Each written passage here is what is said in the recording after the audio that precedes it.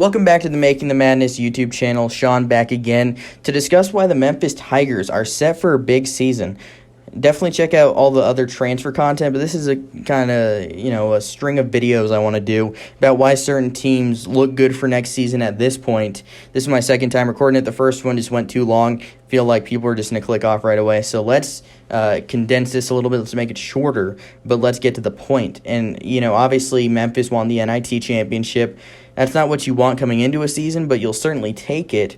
Boogie Ellis transferred to USC, DJ Jeffries to Mississippi State, and Damian Baugh to TCU. But I don't think any of those are huge losses. I think Memphis is able to get past that due to their depth, and I think with the additions of Earl Timberlake from Miami, Davion Warren from Hampton, and Chandler Lawson from Oregon, while adding four talented four-star recruits, will certainly, add to the depth that all those guys I just mentioned are going to come off the bench next season. That's how deep this Memphis team is. They will legitimately be able to play 12 or 13 deep if they want to. If you want to play Jaden Hardaway, I guess you can go 13 deep. But I think it's going to be a 12-deep team next season. That's how talented this roster is. And now let's get into it. At the point guard, you have a very talented one guard with Alex Lomax. He got hurt last season later in the year, but he is definitely talented on the defensive end. He's their defensive anchor at times. He's a very good facilitator. He isn't a complete offensive player, scoring-wise by any means, but there's definitely some room for growth in that department. I think he's going to be a very good player without having to compete with two other point guards, with both Boogie Ellis and Damian Baugh leaving the team for transfer. So I think he's going to definitely thrive next season. Could be one of the best breakout candidates in college basketball. Then you have Lester Quinones, the talented guard/wing. He's a high-level defender. He can handle the ball if needed, and he's a lights-out shooter from deep at 40%. He's a great rebounder for his position, averaged 5 rebounds per game. He had 16 rebounds against Mississippi State in the championship game of the NIT, shot 40% from deep. He is in for a huge season, and which could be his last at Memphis before he goes pro, because he's definitely a pro in my eyes with, just watching him the last 2 years.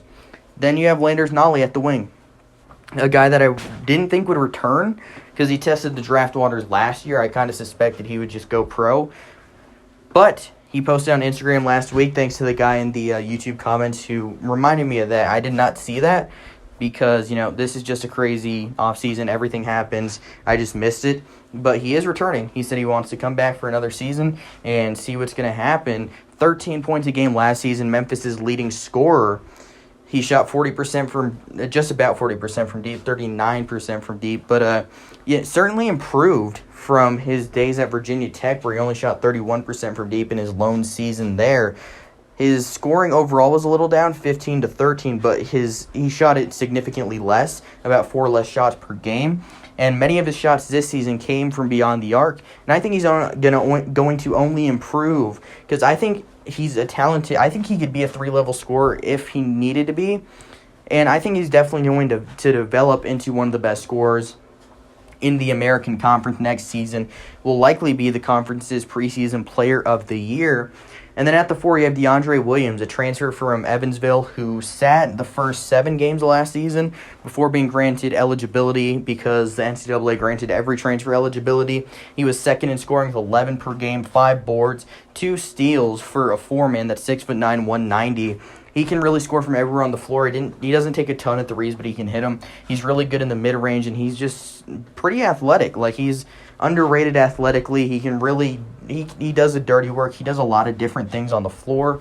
I'd like to see him shoot more threes, because he's shoots over 45% in his 2 seasons of college basketball. And I think there's a lot of growth there to be made for Deandre Williams.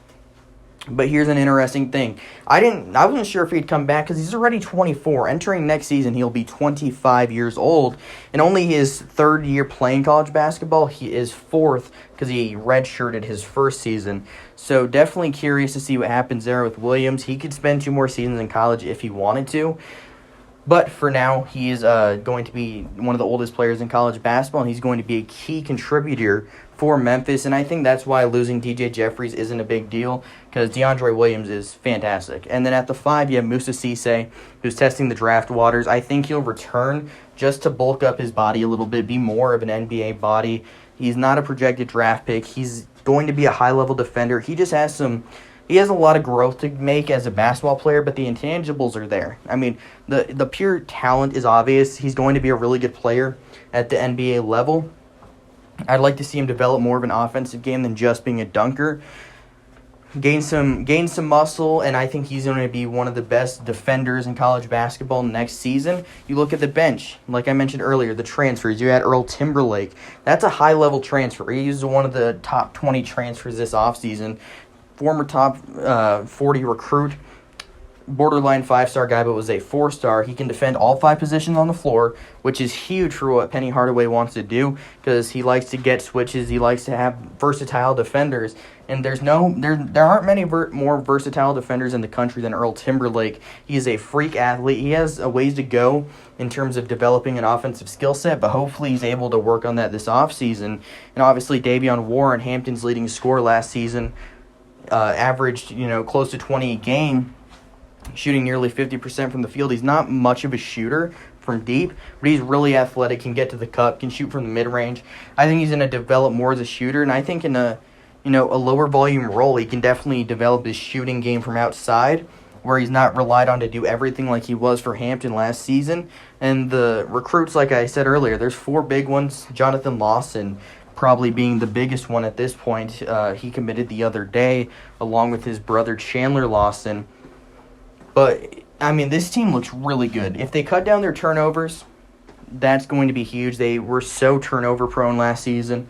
If they can hit more threes consistently, they were so streaky last season from deep, but they were already the best defensive team in college basketball. They have the capabilities of being one of the best teams in college basketball. This is a real contender next season. They should be the American Conference favorites, with Houston losing Quentin Grimes, losing Dejan Jarreau, losing potentially, I think Fabian White's coming back, but losing Justin Gorham and Bryson Gresham. Those are losses that'll hurt Houston. Certainly, they did add Kyler Edwards and Taze Moore from Cal State Bakersfield, which is huge. But I think Memphis is the best team pound for pound in this conference next season, and I think they're poised for a big-time tournament run. In my next update of my way too early top 25, they're probably going to be top 15, potentially top 10, with Landers Nolly coming back. So, yeah, I'm very, very high on Memphis next season. Thanks for checking out the video. Like and subscribe, and until next time, have a good one.